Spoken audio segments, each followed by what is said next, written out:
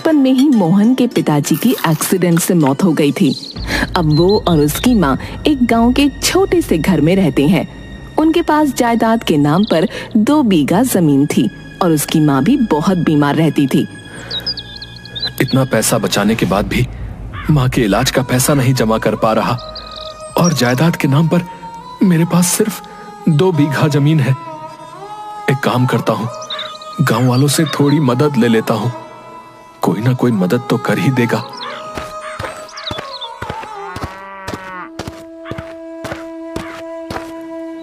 अरे सरपंच जी, मुझे मेरी माँ के इलाज के लिए थोड़े पैसे चाहिए, क्या आप मेरी मदद कर देंगे?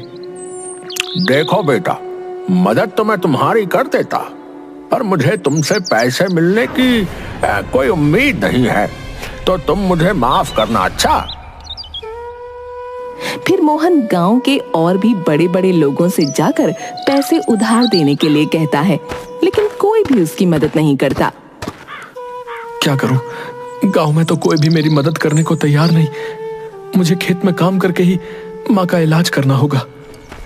फिर मोहन हर रोज खेत पर काम करता और थोड़े थोड़े पैसे जमा करके अपनी माँ के लिए दवाइयाँ ले आता, पर फिर भी इन सब में घर की पूर्ति नहीं हो पाती। मैं दिन भर मेहनत करता हूँ, पर मैं माँ को भरपेट खाना भी नहीं खिला पाता। कैसा बेटा हूँ मैं। एक काम करता हूँ, मैं अपने खेत के साथ ही दूसरों के खेत में भी काम करना शुरू कर देता हूँ। कम से कम मैं अपनी माँ को भरपेट खाना तो खिला सकूंगा, पर अभी तो चलकर थोड़ा आराम करता हूँ। फिर मोहन खेत के पास के बरगद के पेड़ के नीचे जाकर आराम करने लगता है और पेड़ के नीचे लेट जाता है। उसके पसीने की कुछ बूंदें जमीन पर गिर जाती हैं। थोड़ी देर बाद जब वो उठता है तो उसे वहाँ कुछ चमकता हुआ दिखाई देता है। अरे ये क्या चमक रहा है? अरे बड़ी अजीब बात है, मेरा सर जितनी जगह में था सिर्फ उसी जगह की मिट्टी चमक रही है। कहीं यहाँ कोई खजाना तो नहीं छुपा हुआ है? हाँ, मैंने सुना है कि पुराने जमाने के लोग जमीन में खजाना छुपा कर रखते थे। ऐसा कहकर वो वहाँ खोदने लगता है। थोड़ी देर की खुदाई के बाद उसे एक छोटा सा संदूक मिलता है। इतने छोटे से बक्से में क्या होगा? फिर वो उस बक्से को खोलता है। उसमें उसे तेज रोशनी के साथ एक कागज दिखाई देता है। हो सकता है इस कागज में खजाने का कोई नक्शा हो। अरे अरे वाह मोहन, तू तो करोड़पति बन गया। अरे ये कौन सी भाषा लिखी है? अब मैं ये कैसे पता लगाऊं कि इसमें लिखा क्या है? वो उस बक्से को अपने कुर्ते के जेब में रखकर खेत का काम करने लगता है और उस कागज के बारे में ही सोचता रहता है। घर जाकर वो अपनी माँ को सारी बातें बताता है।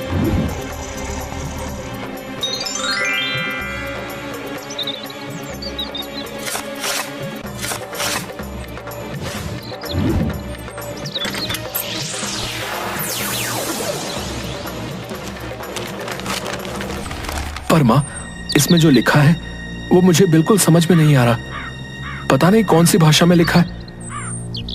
एक काम कर, तू इस कागज को लेकर बड़े से वैद्य के पास चला जा। उन्हें बहुत सी भाषाओं का ज्ञान है, वो बहुत ही भरोसेमंद भी है। हाँ माँ, बात तो तुम सही कह रही हो। फिर वो उस कागज को लेकर बड़े वैद्य जी के पास चला जाता है। आओ आओ मोहन, बैठो। साधना की तबीयत कैसी है? तबीयत तो वैसी ही है जैसी पहले थी। वैसे वैद्य जी, मुझे आपसे कुछ जरूरी बात करनी है। वैद्य जी, मेरे खेत के पास जो पुराना बरगद का पेड़ है उसके नीचे से ये मिला। मैं चाहता हूं कि आप मुझे ये पढ़कर बता दें। अरे इसमें कौन सी बड़ी बात है, लाओ वो कागज मुझे दो। अरे इसमें तो किसी जादुई खिचड़ी के बारे में लिखा है। क्या जादुई खिचड़ी? फिर कागज में देखकर मोहन को उस जादुई खिचड़ी की विधि और सामग्री बताते हैं। पर वैद्य जी, इस जादुई खिचड़ी में ऐसी क्या खास बात है? बेटा, इसमें ऐसा तो कुछ नहीं लिखा है, पर मैं तुम्हें अपनी सूझबूझ से पता करके जरूर बताऊंगा। वैद्य जी का एक चेला बाहर खड़े होकर वैद्य जी और मोहन की बातें सुनने की कोशिश करता है। बात तो किसी खिचड़ी की कर रहे थे, पर कुछ समझ नहीं आया। मुझे पता लगाना ही पड़ेगा। मोहन वैद्य जी के कमरे से बाहर निकल रहा था, तब बिट्टू मोहन की तरफ बहुत ही अजीब तरीके से देख रहा था और मोहन ने भी इस बात को नोटिस कर लिया था। वो चुपचाप वहाँ से निकल जाता है। मुझे ऐसा क्यों लगता है कि इस बिट्टू ने हमारी बातें सुन ली। खैर, जो भी है, मुझे खिचड़ी के लिए वैद्य जी के बताए हुए सामान का इंतजाम करना होगा। फिर वो बैठकर सामान की लिस्ट बनाना तैयार करता है और पैसों का हिसाब लगाता है। वो सब तो ठीक है, पर खिचड़ी के लिए पैसे भी इकट्ठे करने हैं। अब तो मैं इस खिचड़ी को बनाकर ही दम लूंगा। आखिर पता तो चले कि ऐसी कौन सी खास बात है इस जादुई खिचड़ी में। माँ, मुझे वैद्य जी ने उस कागज के रहस्य के बारे में बता दिया। अच्छा, तो क्या पता चला? माँ, उस कागज में किसी जादुई खिचड़ी की विधि है। क्या जादुई खिचड़ी? हाँ, वैद्य जी ने मुझे उसकी विधि बताई है। पर इसमें ऐसी क्या खास बात है? वो तो अब भी पता नहीं चला माँ। उस खिचड़ी को लेकिन मैं बनाकर ही दम लूंगा। अरे बेटा, क्या हुआ? तू अचानक इतना परेशान क्यों हो गया? पर माँ, खिचड़ी को बनाने में तो पैसे लगेंगे और मेरी जो भी कमाई है वो तो सब घर के खर्चे में और तुम्हारे इलाज में ही खत्म हो जाते हैं।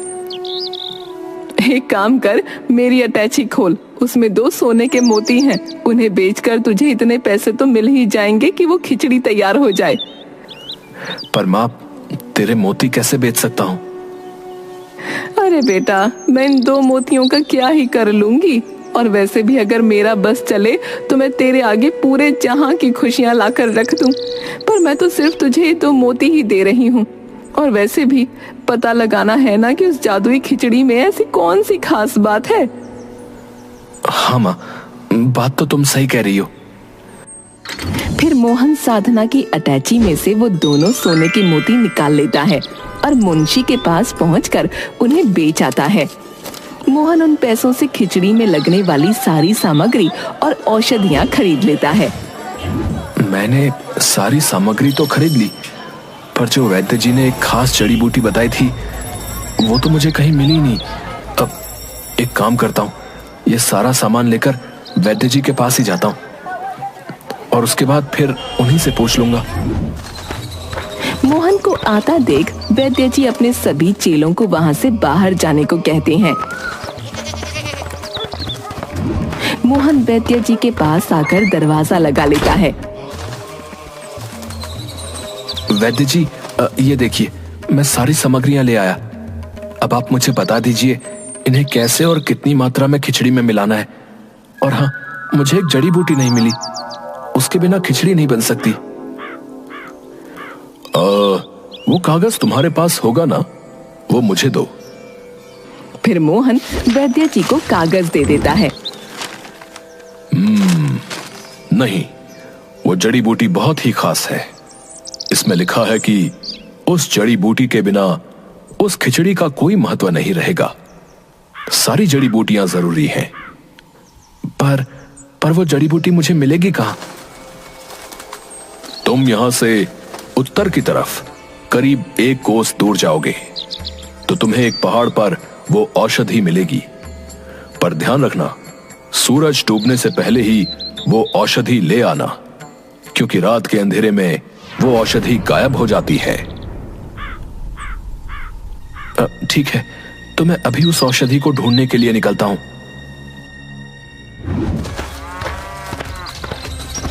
मोहन उत्तर में जाकर उस पहाड़ पर पहुंच जाता है।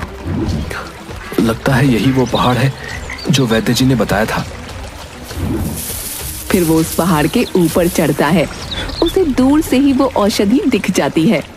उस औषधि को लेने के लिए एक लकड़ी के ब्रिज पर से गुजरना था। इस पुल को तो देखकर लग रहा है कि ये बहुत पुराना है, पर कितना मजबूत है, अभी तक भी टिका हुआ है। फिर वो उस ब्रिज पर चलने लगता है।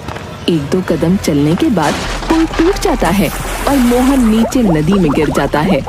जैसे तैसे तैरकर मोहन नदी के किनारे पहुंच जाता है और फिर से उसी जगह पर पहुंचता है।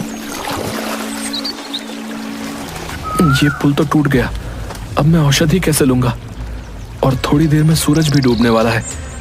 क्या करूं, क्या करूं? फिर वो अपने आसपास देखता है। उसे पेड़ की एक मोटी बांस की लंबी टहनी दिखाई देती है। वो जाकर बांस की लंबी टहनी खींच कर ले आता है और दोनों पहाड़ के बीच में रख देता है और उस पर चलकर दूसरी तरफ पहुंच जाता है।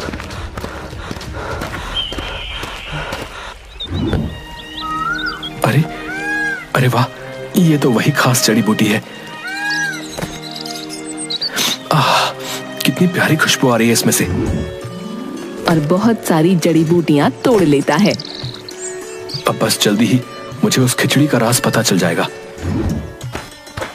फिर मोहन घर जाकर खिचड़ी बनाने की तैयारी करता है।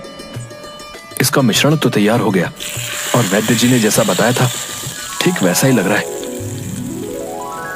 तभी उसके घर की खिड़की से बिट्टू झांक कर उसे देखने लगता है। अरे अरे, ये क्या कर रहा है? मुझे पता लगाना ही पड़ेगा। एक काम करूंगा, मौका देखकर इसके घर की तलाशी लेता हूं। दुख भरे दिन बीते रे भैया, अब सुख आयो रे। हाँ, खिचड़ी तो बन गई। अब बस इसे जल्दी से चख कर देखता हूँ कि इसमें क्या खास बात है। एक प्लेट में खिचड़ी लेकर थोड़ी सी चखने लगता है। वो बस एक और मुंह में रखता ही है, तभी अचानक साधना के चिल्लाने की और बर्तन गिरने की आवाज आती है। मोहन दौड़कर अंदर जाता है तो साधना खून की उल्टियां कर रही होती है। माँ, क्या हुआ तुझे? मैं अभी वैद्य जी को लेकर आता हूँ। मोहन दौड़ता हुआ वैद्य के यहाँ आता है। रास्ते में बिट्टू के कुछ गुंडे मोहन को घेर लेते हैं। अरे, इससे वो राज की बात उगलवाओ, ना बताए तो मार मार कर हड्डियां ढीली कर दो। और खुद उसके घर की तलाशी लेने के लिए चला जाता है। मैं आपके हाथ जोड़ता हूँ, मुझे जाने दो। मेरी माँ की तबीयत बहुत ज्यादा खराब हो गई है। बस एक बार मेरी माँ ठीक हो जाए, उसके बाद तुम मेरी जान ले लेना। अरे मारो ऐसे। सभी एक साथ उसे मारने के लिए आते हैं, पर मोहन सभी गुंडों को एक साथ हवा में उछाल देता है। अरे, इस सूखी हड्डी में इतनी ताकत!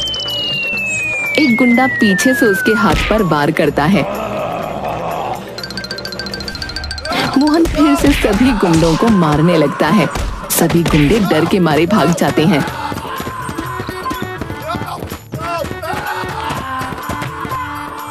दूसरी तरफ बिट्टू मोहन के घर पहुंचता है। बिट्टू की नजर भी साधना पर पड़ती है, पर वो उसे नजरअंदाज कर देता है और उसके घर की तलाशी लेने लगता है।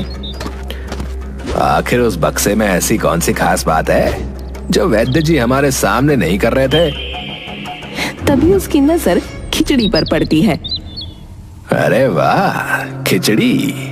वो थोड़ी सी खिचड़ी चखकर उसे थूक देता है।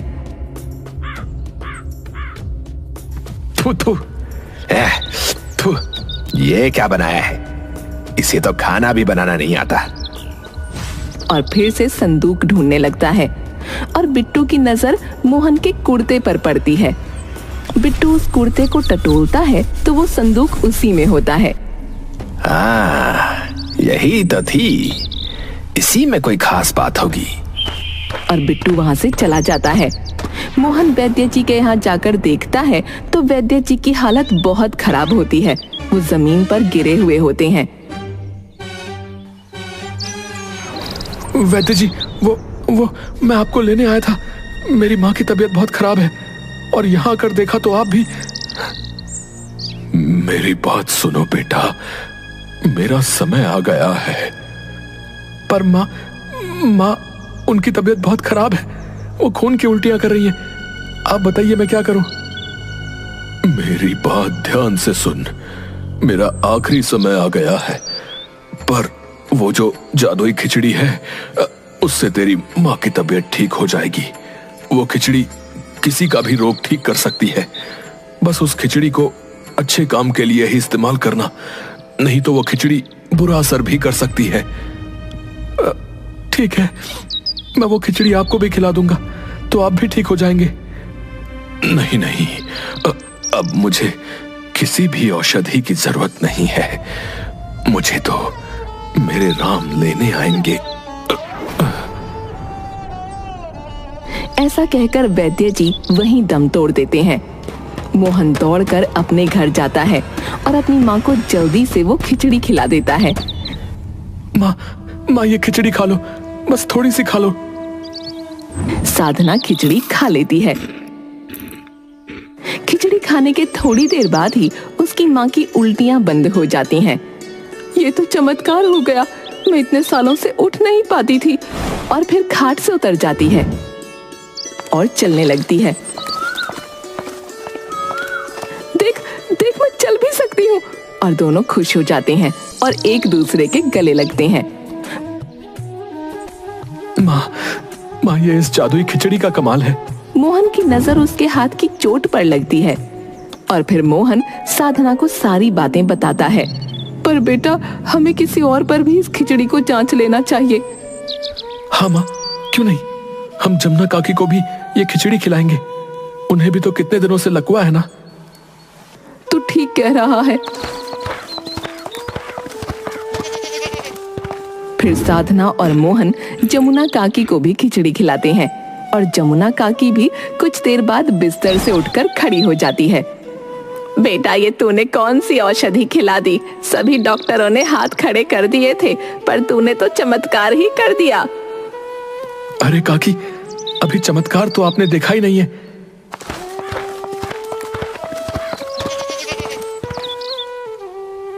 माँ, आज मैं बहुत खुश हूँ कि तुम ठीक हो गई। माँ, वैसे मैं क्या सोच रहा था कि जैसे इस खिचड़ी ने आपको ठीक कर दिया और जमुना काकी को ठीक कर दिया, तो क्यों ना मैं इस खिचड़ी से और भी लोगों को ठीक कर दूं। मैं खिचड़ी बनाऊंगा और एक ठेला लगाऊंगा, जिससे सभी लोगों को इलाज भी मिलेगा और मेरी थोड़ी बहुत कमाई भी हो जाएगी। हाँ बेटा, बात तो सही है। हाँ, और मैं उस खास जड़ी बूटी को अपने खेत में लगा दूंगा, जिससे मुझे बार बार तकलीफ भी नहीं उठानी पड़ेगी। अच्छा, तो ये किसी जादुई खिचड़ी के बारे में है। इनकी यही खिचड़ी चल रही थी अब से। मोहन सारी सामग्री इकट्ठी करके फिर से खिचड़ी बनाता है और ठेला लगा लेता है। ठेले पर लिखता है जादुई खिचड़ी वाला, और देखते ही देखते आग की तरह बात पूरे गांव में फैल जाती है। मोहन हर किसी को कम से कम पैसों में खिचड़ी देने लगता है। मोहन की खिचड़ी के बारे में सुनकर एक औरत, जिसे सालों से कमर का दर्द था, वो मोहन के ठेले पर अपने बेटे के साथ आती है। भाई, मैं तुम्हारी खिचड़ी के बारे में सुनकर बहुत दूर से आई हूँ। क्या सच में तुम्हारी खिचड़ी सभी रोगों का इलाज करती है? अरे माँ जी, ये लीजिए, आप पहले मेरी खिचड़ी खाकर तो देखिए। फिर वो औरत खिचड़ी खा लेती है। अरे बेटा, मुझे खिचड़ी खाकर बहुत अच्छा लग रहा है और मेरा दर्द वो भी अचानक छूमंतर हो गया। और फिर वो औरत व्हील चेयर से उठ खड़ी होती है और मोहन के पास आकर उसके पैर छूकर रोने लगती है। बेटा, मैं कितने ही सालों से कमर दर्द की वजह से दुख पा रही थी, पर आज सिर्फ तेरी वजह से मैं ठीक हो गई। अरे अरे माँ जी, ये आप क्या कर रही हैं? ये सब मेरा नहीं, ये खिचड़ी का कमाल है। बिट्टू भी ये सब होते हुए देख रहा था। अच्छा, तो ये खास बात है उस जादुई खिचड़ी में। अब तो मुझे भी ये खिचड़ी बनानी पड़ेगी। मैं इससे भी अच्छी खिचड़ी बनाऊंगा। बिट्टू कागज में पढ़कर खिचड़ी की विधि देखता है। अच्छा, तो ऐसे बनाते हैं जादुई खिचड़ी। वो जाकर सारा सामान ले आता है और उस कागज से मिलाने लगता है। खिचड़ी के लिए सारा सामान तो आ गया, पर ये कौन सी जड़ी बूटी है? अजी छोड़ो, है एक जड़ी बूटी ना होने की वजह से क्या ही फर्क पड़ने वाला है। ये खिचड़ी बनाकर मैं सबसे बड़ा वैद्य बन जाऊंगा। बिट्टू भी खिचड़ी बना लेता है और मोहन के ठेले के सामने जाकर, अरे सुनो सुनो, अरे गांव वालों देखो, मैं भी जादुई खिचड़ी बना सकता हूँ भैया। बिट्टू भीड़ में खड़े एक आदमी को उसकी खिचड़ी खिलाता है। ये लो खाओ और खाकर देखो कि किसकी खिचड़ी ज्यादा अच्छी है। फिर वो आदमी उस खिचड़ी को खाता है। कैसा महसूस हो रहा है? कुछ आराम मिलाया नहीं? अरे अरे, तुमने इस खिचड़ी में क्या मिला दिया है भाई? अरे तुम्हारी इस खिचड़ी से तो मुझे जुलाब लग गया। ना जाने क्या उलझुल खिचड़ी में डाल दिया और आया जादुई खिचड़ी बनाने वाला। अरे मारो इसे, मारो।